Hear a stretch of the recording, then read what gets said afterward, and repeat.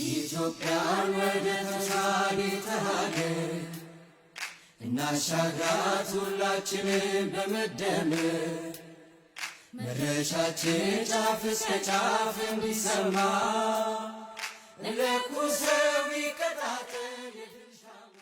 ኮሪደር ልማት ማለት በጥልቀት ላየው በደንብ ለተገነዘበው ብልጽግና እንደ ብልጽግና ልማትን የሚያይበትን የልማት ፍልስፍናውን በደንብ አድርጎ መወከል የሚችል ኢኒሼቲቭ ነው።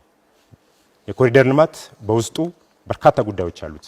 መሰረተ ልማት ማስፋፋት፣ ከተሞችን የነዋሪዎች ማድረግ፣ አካታች ማድረግ፣ የከተማን መሰረታዊ ችግሮች በተሻገረ እይታ በምናብ ከፍታ የመፍታት ውጥን ነው።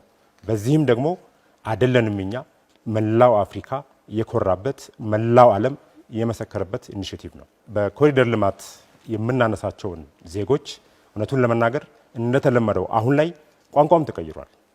እነዚህ ሰዎች የልማት ተነሽም አይደለም የሚባሉት፣ በትክክለኛው አገላለጽ የልማት ተጠቃሚዎች ናቸው።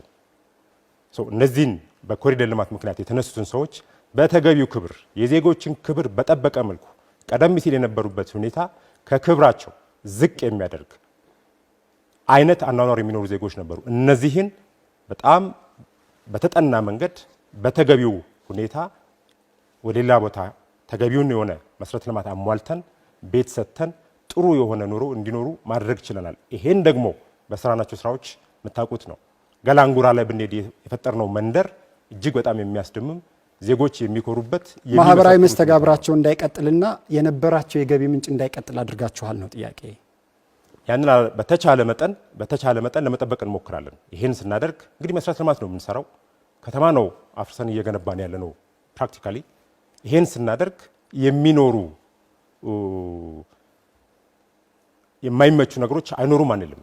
ግን እንደ ብልጽግና አካሄዳችን በጣም ግልጽ ነው፣ መርሃችን በጣም ግልጽ ነው።